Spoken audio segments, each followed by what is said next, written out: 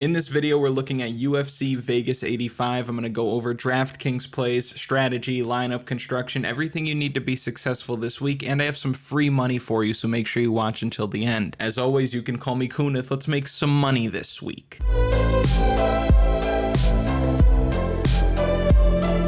If you haven't already, go back and watch the predictions video from earlier in the week. That is a full card breakdown, different than this video. That'll be linked in the description and in a pinned comment. Also, we didn't have UFC fights last week, and I still put a video on the channel about betting on title fights. If you haven't seen it, go back and watch it. Not because I want the views, although views are nice. What I want more than anything is feedback on that video. I want you to look at it, tell me what you think, tell me if you want more videos that are different than just the predictions and final picks that we typically do. I want to know. But since we haven't had any changes to the card since earlier in the week, we can get right into the value plays this week. These are the plays at 8,000 and below. Basically, these are the underdogs on the slate that I think are going to win or score a decent amount on DraftKings, and let me know in the comments which two underdogs you think are going to win. If you hit two underdogs in the comments, we will put you in the video next week. And here are the winners from last week. Here are a couple of 200 IQ plays that were in the comments section. Zach says favorite underdogs this week: Flick, bang; Sean Woodson, bang; Sam Patterson, bang; Marc-Andre Barriault missed, it was close; and Drickus du Plessis. So he didn't go 2 for 2, but going 4 out of 5 and putting it in the comments section. I hope you took money lines on those, young man. Very well done. From Dwayne, my two underdog picks are Armfield and du Plessis. The same thing was from Bilal, who said DDP and Garrett. I love it. Risky. What do you mean by that? Jacob Grant says Patterson and du Plessis. Very well done. And then the piece de resistance. Been rocking with the channel for some years now. He picks Neil Magny to win and follows that up with a Sean Woodson call. Back to back. Nobody had the stones to pick Neil Magny in the comment section. Fern Bird did. Nicely done. But as for our value plays this week, the first one that stands out to me is $7,800 Drew Dober fighting Renato Moicano. If you watch the predictions video, you know that I think this fight can go either way. If you're watching this video, you know who these fighters are, and you probably think this fight could go either way. It's hard to be confident on one side or the other. But what I am confident in is Drew Dober's scoring ceiling. We saw 113 last time out, 94 before that in a win, 80 in a third round finish over Alves. Not ideal, but he still gets the knockout. He still gets the knockdown. And look at the knockdowns that he's picking up in these fights. Here's another second round finish over Alex Hernandez. You come down here, more knockdowns, more knockouts. Akparast, Reyes, you come down. He's got a couple of decision wins there, but then another first round knockout at 109. So the scoring ceiling's really high. When we're building our lineups, we're always looking for a couple of things. We're looking for grappling upside first and foremost. If we can't get that, we're going to look for first round upside. We know that Drew Dober has that first round knockout upside. We know that he has the knockdown upside. We know that he's going to fight hard even if this fight gets later into the fight. So I see him by knockout, putting him in the optimal lineup down at his price. I'll also mention that you have to look for opportunities when they come your way. So look at the discount that you're getting here. Just look at his last 5 fights. You have 9,500, 9,200, 9,000, 9,000. Even before that against Brad Riddell, you've got 8,500. So it's rare that you're going to get Drew Dober at such a discount. If he wins by first round knockout, he's somebody that you needed in your lineup this week. Definitely in value play consideration, especially being in the co-main event spot. That's that late hammer that could really set you apart late. Our second value play is Landon Quinones, who's coming off of losing, but is on a week's notice against Nasrat Haqparast, who's been in the UFC for a long time, given a lot of good guys, a lot of hard fights. 61 points in a 3-round decision loss is nothing to shake a stick at. This guy was letting his hands go. He was getting touched up, but he kept coming forward. So good cardio, good fundamentals, and somebody who I think really does win this fight this week. Unlike the Drew Dober play, I am way more confident in Quinones to win his matchup because I think it's a softer matchup. I think he's got a guy who's going to come at him guns blazing and probably get tired after round 1. Quinones is one of those guys who you have to win rounds against, specifically the second and third round. But if you're not somebody who can sustain a hard 3 rounds, somebody who's just going to keep coming forward, keep letting his hands go, he's not going to throw anything crazy, so he's not going to tire himself out either, but he's going to keep that output high from start to finish. Even if he's slightly missing on these punches, even if he's not rocking Maderos, just the output alone is going to sway the judges to think that he's winning this fight. So I like the output, I like the activity. I think he's going to be the one moving forward, and I think at 7,700 we see a 90 plus DraftKings points performance even in a decision. Roman Dolidze, of course, needs to be in value play consideration because he's got that finishing upside. 4 of his 6 wins in the UFC have been inside the distance, specifically inside the first or second round. We've seen him crack 100 plus DraftKings points multiple times. We saw 92 points in a decision win there, 86 points in a decision win there, and these are 3-round fights that we're looking at. He has 5 to work with this week. He's also a handful on the mat, and I think that Nassourdine Imavov probably leans on his grappling a little bit more than he should this week, and that could create a situation where you start to get sweeps and reversals from Dolidze, 5 points each, just like a takedown. I don't know if he's going to be going for takedowns of his own though, because he's probably going to want to pace himself, and Nassourdine Imavov is not the easiest guy to get to the mat. So there are arguments that you could make that limit the upside of Roman Dolidze, but when we look at what he's done in the past, it's hard to not put him in there, especially being in the main event spot. So he should definitely be in your value play consideration. 5 rounds, grappling upside, finishing upside, main event spot, leverage, everything. He checks all the boxes. Great play this week. Now I have 2 more value plays, and we have to go way down in the salary, and it's not because I don't think it's impossible for some of these guys to win. Like, I think Jamal Pogues has a chance here. Makhmud Muradov I'm less confident in. I like Charles Johnson to win this fight. I think that he's going to win the striking exchanges against Azat Maksum this week, but he's not somebody you can really trust with your DraftKings lineups at this time. Like, I think that if Charles Johnson beats me this week, I'm at peace with it. He could easily score 85 points or less. He could easily score 75 points and win this fight. So he's not somebody who's in value play consideration for me, not even really in the player pool. One guy you want to load up on this week is Pete Rodriguez. He has never seen a second round in his professional career. Even most of his amateur fights are ending in the first round one way or the other. Pete Rodriguez is somebody who is a DraftKings play through and through. He's got ridiculous power. There's still a lot of question marks. We don't know what his cardio looks like. We don't know what his takedown defense looks like. We don't know what his submission defense looks like. So if he loses this week, it's probably in the first round as well, probably by submission. He's an easy button to click at 7,000. When you're watching the fight, you're going to be on the edge of your seat because he can knock this guy out at any point. And he makes things a lot easier when you're building your lineups because he's so cheap. He's somebody we're going to use a ton as we start building lineups later in the video. Before we get into the last value play, if you don't mind, like the video and comment something for the algorithm. Those 2 little engagement points, they really help the channel, and you guys are the best with engagement. I look at other channels who do more views than us, which is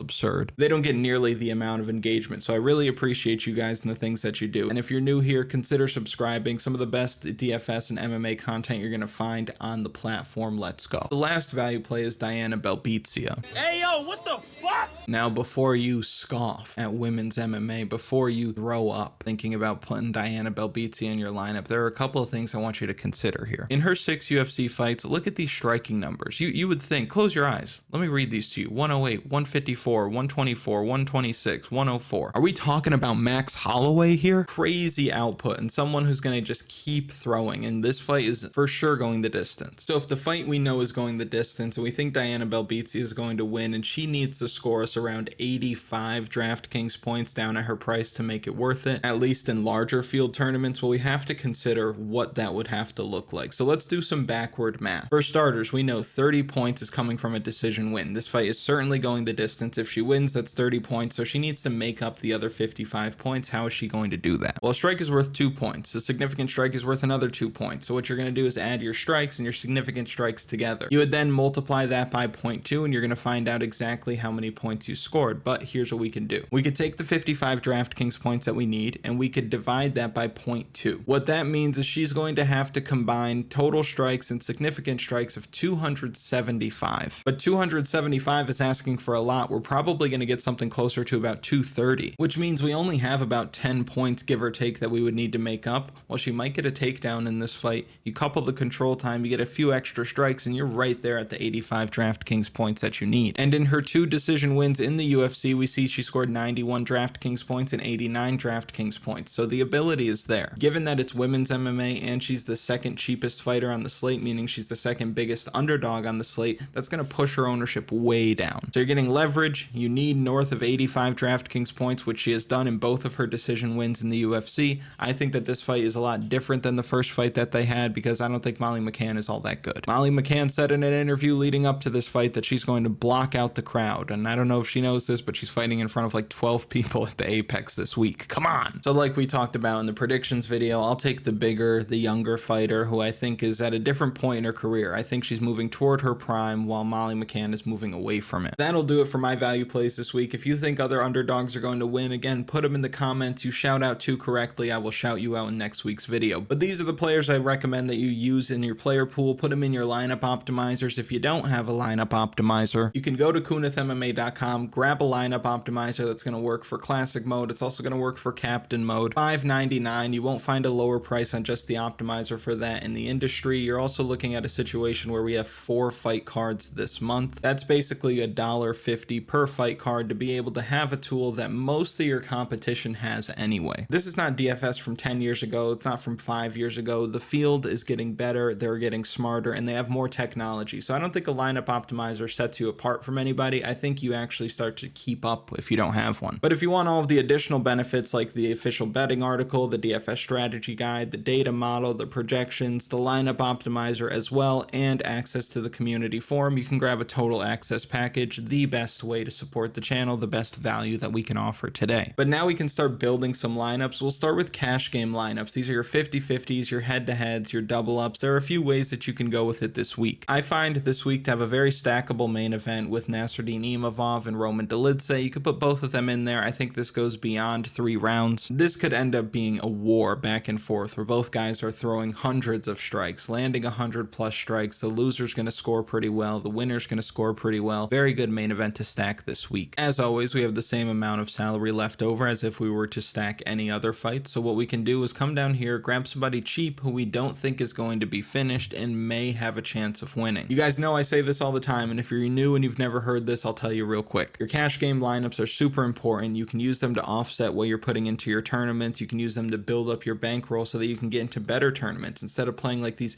$3 tournaments with 25,000 people in or whatever it is. You could build up your bankroll and it wouldn't take that long to $100, for example, if you're a smaller bankroll player, and you could put $100 toward a single entry contest where you're playing against 200 people. The likelihood of you winning shoots way up. And the beauty of the cash game is that it's not like a GPP where you have to get so many things right. You need to have 6 winners, and if you don't, then you're sunk. You really only need about 4 winners in your lineup. You want to give yourself the opportunity to get 5. So let's take a look now at who fits that criteria. Who's going to probably go the distance, not get finished, and who has a chance of winning. Viviane Araujo would surprise me if she won. Diana Belbiţă checks all those boxes. I don't even need to go further than that. Give me Diana Belbiţă at 6,900, not somebody who's going to be finished, somebody who has the output, somebody who can wrestle on her own, somebody who's going to throw a lot of strikes. She checks all the boxes. That's a great punt play for your cash games this week. 6,900 there. That leaves us with almost 9,000 salary left over per fighter, and what we want to do is target fighters who frankly we think are going to win. I really don't care how many points these fighters score. I just want somebody who I think is going to win and somebody I feel good about putting in my lineup. Aliaskhab Khizriev checks that box right away. 9,000 salary left over. I actually like Jiyoung Lee at 8,300. That gets me up to Natália Silva. I have a winner, a winner, a winner. I'm going to get a winner out of these two, and then Diana Belbiţă is our punt play. If she comes through for us, great. If not, it's not the end of the world. That's the cash game recipe this week. If you want to tweak it, you want to change it, by all means go for it, but you should be playing your cash games. I would recommend you create one lineup, one cash game lineup, and enter that into as many as you can. If it's 10 entries, just make it 10 times, run the whole thing through. Because what's going to happen is instead of you passing one person with your one lineup, or you have this kind of lineup, that kind of lineup, whatever, all 10 of your lineups are going to shoot up the board, and all you need to do is finish in the top 50%. If you're in a 100-man contest, it doesn't matter if you're in 49th place or first place, you're going to get paid the same amount. So play your cash games, be smart about it, build your lineups the right way. This is stuff we talk about all the time. When you adopt it, you will start building your bankroll. I can promise you that. It might not happen right away. It might not happen every time, but you're going in the long run to have much more in your account to play with than you would if you just fire off everything into these tournaments and end the night with either a great amount or 0. Now we're going to build lineups for your tournaments. So these are for your single entries, 3 max, 20 max, or even 150 max contests, whatever you play. But what we're looking to do is get 6 winners here, get as much leverage as possible. We're going to play that ownership game, and we're going to play the salary game, which I'll talk about a little bit later. So let's start out by building what I think most people are going to come into your contest with. I think Roman Dolidze pulls a little bit more ownership than Imavov this week. I expect people to be all over the co-main event. I think Dober is somebody who a lot of people are going to want to see, especially because if you're more of a casual player, you've seen Dober fighting more recently. Not only that, but we know what Dober's bringing to the table. We just talked about it in the value plays and what kind of scoring ceiling he has. And he's fighting a guy in Renato Moicano who's been knocked out before. So Dober is somebody Everybody's going to be in a lot of lineups, and rightfully so. But these are by far going to be the two most popular dogs you're going to see from your opponents this week. 86.50 left over per fighter. I don't see a lot of people getting to Natália Silva because there's a good chance that she just bounces around on the outside, wins a decision, does it cleanly, is a great fighter, but not always a great DraftKings play. McCann, I don't think a ton of people are going to get to. Themba Gorimbo is interesting. I think people might get here, but not as much as some of these other guys. I think Aliaskhab Khizriev is going to pull crazy numbers.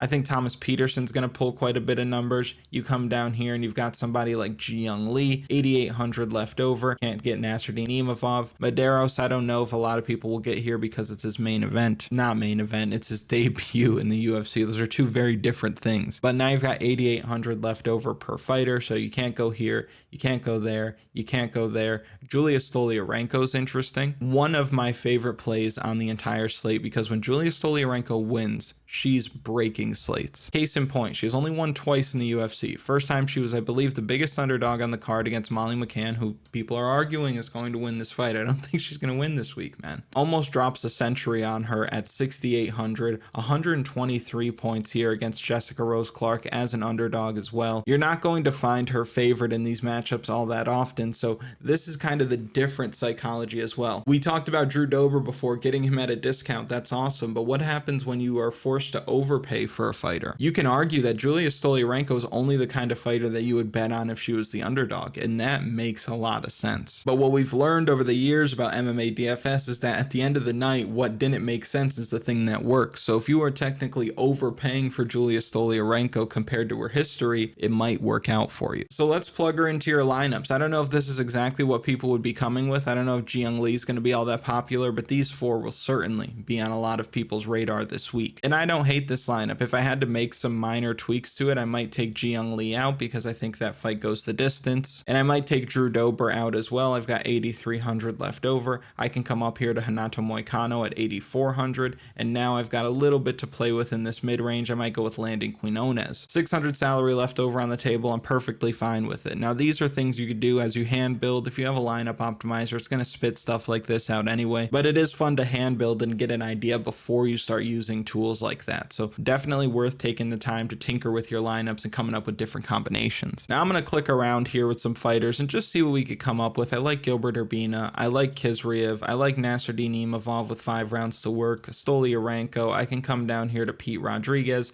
8,400 left over. Let's just say I went with somebody like Jiyoung Lee or Renato Moicano. Only left 100 salary on the table, but I like the lineup. I like the finishing upside from Urbina. Same thing from Khizriev. Same thing from Stoliarenko. Same thing from Pete Rodriguez, especially early. You have to understand that this combination right here hits for you. There's a 100% chance it shows up in the optimal lineup. Stoliarenko and Pete Rodriguez, if they win, it will be in the first round. There's no other way that they win. There's a really good chance that both of them crack 100 DraftKings points. And this is the thing you have to start doing when you're building your lineups, is think of what is the highest upside combination that I can make at low ownership. And this would definitely be it. So let's say I wanted to build a lineup starting with Pete Rodriguez. I come up here to grab somebody like Julia Stoliarenko. I've got 8,700 left over per fighter. Let's go back to the underdog pool for a second. Roman Dolidze at 7,600 fits in the lineup. Obviously, we've got 9,066 left over per fighter. I'm going to grab Renato Moicano at 8,400. At this point, if I put Khizriev in the lineup, my remaining salary is 10,000, which means I'm always going to leave salary on the table, even if I went all the way up to Natália Silva. But I can grab Gilbert Urbina, and I left 1,000 salary on the table. And let me tell you punks something. For the last fight card, UFC 297, pay-per-view card, $100,000 to first place. It might even been $200,000 to first place. I'm unsure. The first place prize was chopped between 17 different players, which is not uncommon. That's one of the biggest issues with MMA DFS. Okay, sure. Here's the problem. Let me adjust this lineup just a little bit so you can see what I'm talking about here. So I have 8,800 left over. So let's go ahead and grab somebody like Thomas Peterson. I'm going to grab somebody like Nassourdine Imavov. Let me come off of Pete. I can come down here and grab Charles Radtke, just for example. The reason I'm doing this is to show you that 100 salary is left on the table. Leaving 100 salary on the table is the same thing that these 17 winners did last week. They won 30,000 each or something like that. Fantastic. Clap it up. But despite playing against all these other people with their 150 lineups, with their lineup optimizers, with all these entries, with all these unique points of view, everything, nobody played the optimal lineup. Shocking, I know, but Neil Magny was the reason why this didn't happen. People didn't play Neil Magny enough. He comes up big big, which means he was optimal. The crazy part about it is you put Neil Magny in your lineup, you press the other 5 buttons correctly, you would have left 1,100 salary on the table and won first place by yourself. It is not the first time, and it is not going to be the last time that the best lineup possible was not played in these contests. So for some people that think like, oh, there's no opportunity, there's no chance to win, there's no chance to win without chopping in MMA DFS, you're fucking wrong. Not only can you actually solo ship a contest, but it could happen way more often than we think. But when people are on their computer plugging in lineups and trying to figure out what to do, they get all worried because of a situation like this. They think, oh geez, oh good heavens, I've left 1,500 salary on the table, what am I gonna do? I'm gonna lose. But those will be the same people who will then rework their lineup to leave 100 salary on the table or no salary on the table and still lose. This is a game of chance. You are gambling. You are taking a risk one way or the other, so why not? Why not purposely go out of your way to do things that other people aren't doing? Not just in DFS, but in life. Most of the time, when you look at what the public is doing, what the 99% of people are doing, it's wrong. You do the opposite, you're going to get better results, and the same applies here. So don't think that you need to use all this salary. I talk about this all the time, but I love when the slates can kind of confirm the thinking. And who knows, maybe it takes Neil Magny beating up that poor Canadian boy in front of all his friends and family for me to get the point across to you that you don't need to spend all the salary. You leave 1,000 salary on the table, you're way different. That's number one. The number one indicator of if you're going to win in MMA DFS in the short and long term is if your lineups are different. You leave 1,000 salary on the table, you're different already. Second, you start playing people that other people don't want to play. The third thing, the last thing, is to change your approach sometimes. Now we're talking about just the game itself. We're not talking about specific fighters. We're not talking about this slate. We're talking about the game of DraftKings itself. We'll talk for a minute. You may not know it. You may not have thought about it, but you are playing these DraftKings slates the same way every time. So if you're someone who's winning at a decent clip when you're playing DraftKings MMA, then just keep doing what you're doing. There's a good chance that the things that you were doing to be successful a year ago are the same things that you're doing right now, and you don't even realize that it's a pattern because the players have different names and that they have different opponents and the matchup feels different, the time feels different, location, belts, everything. But at the end of the day, you might be building lineups and saying that you like to float around this range. You like to float around this range. You may not touch a lot of fighters in between 8,600 and 8,300 all that often. You might not be playing a lot of fighters between 7,000 and 7,400. I think if you took an MMA DFS player's play, the average player, and you created like a heat map of the salaries that they target, basically, I think it would be highly concentrated in certain areas. So again, change your approach. Here's what I challenge you to do. And I said this like 2 years ago, and I remember somebody said like, hey, I did this and immediately won, and then I didn't hear from them again. I'm assuming that they just went back to what they were doing before. And I've heard that more than once. So here's what I challenge you to do. If you have the cojones for it, I challenge you to purposely make a lineup that is different than what you think the best lineup could be. Like build 10 lineups, keep track of them, take screenshots, and then look back at the 10 and see what commonalities you have. Oh, I have this guy in 8 of these 10 that I made. Or there are 5 fighters that have not even come close to this lineup while I've been building it, because there's a good chance that those fighters that you aren't thinking about are the ones that are going to burn you later. So I challenge you to do something different this week. Another thing I'd like for you to do, if you're somebody who plays single entry, because I know a lot of people do this, a lot of people will enter single entry contests, like 3 of them, for example, and run the same lineup through all 3 of them. Now, I recommend you do that kind of stuff for your cash games. But for single entry, running the same lineup across several contests is greedy. Greed is what's going to kill you in a game like this. So I want you to consider doing this instead. If you're playing 3 separate single entry contests, I want you to create 3 separate lineups. Most of them should have conflicting fighters in them, because here's what's going to end up happening if you do it right. And it's not going to happen maybe this week, but eventually this will work out better than if you just run the same one through. Let's say one of these contests pays 1,000 to first, another pays 3,000 to first, another pays 5,000 to first. Right now, what you're doing by running the same contest or the same lineup through these contests is you're hoping to capture the 1, the 3, and the 5 to make 9,000, and you're going to feel great about yourself. Oh, I made all this money. But the chances of that happening are getting lower and lower because you're only playing the one lineup. Wouldn't you rather have 1,000 in your account than 0 at the end of the night, or 3,000 instead of 0, or 5,000 instead of 0? So instead of playing for the 9, play for the 1,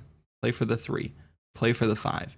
because it's going to be easier for you to hit. You're going to get 3 bites at the apple. I don't know how to make it any more clear than that. For some people, that message is going to resonate and you're going to be happy when you see the green pop up. And for some people, you're just going to go over your head and whatever. I don't care. If you've made it to this far in the video, thanks for watching. Like, comment, subscribe. All that stuff is very helpful. Now let me help you. At the top of the video, I said I had some free money for you. Here's what it is. Underdog Fantasy will match your first deposit up to $100 when you sign up and start playing on their site. Here's what's most important.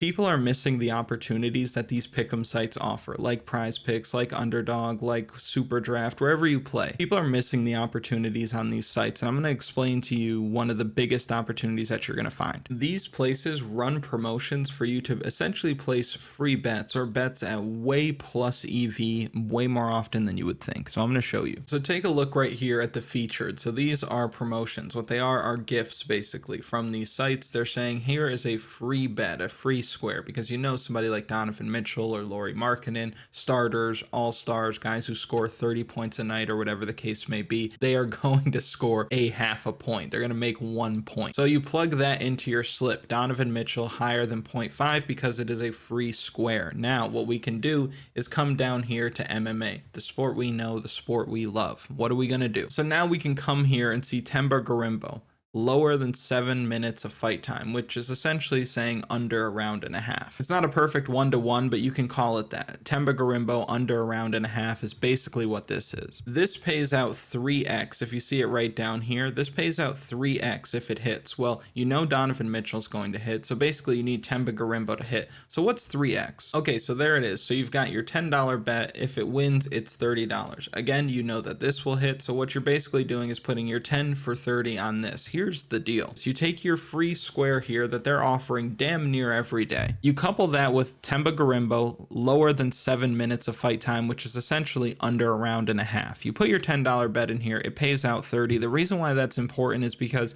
if you were to put $10 on Themba Gorimbo under a round and a half on your sports book, it's at minus 150, which means you're going to walk away with like $16. That's half. So you're getting odds that are twice as good for the same outcome just by playing on a different platform and playing a different type of game. So we'll take that. We'll take Themba Gorimbo and Donovan Mitchell. We'll put the $10 there and you can grind that up because again, they're going to match your deposit. So let's say you put $10 in there, they're going to give you $10 back. You could place the same bet and now your $10 account turns into 20, then turns into 40. You could pay for 2 months of KUNATH'sMMA.com just with the $10 that you put in there by playing with their money. But there's just some ideas that I wanted to share, wanted to get out there. So I thank you so much for watching. I really do appreciate it. Make sure you like the video, subscribe to the channel, comment something for the algorithm, and I will see you next week.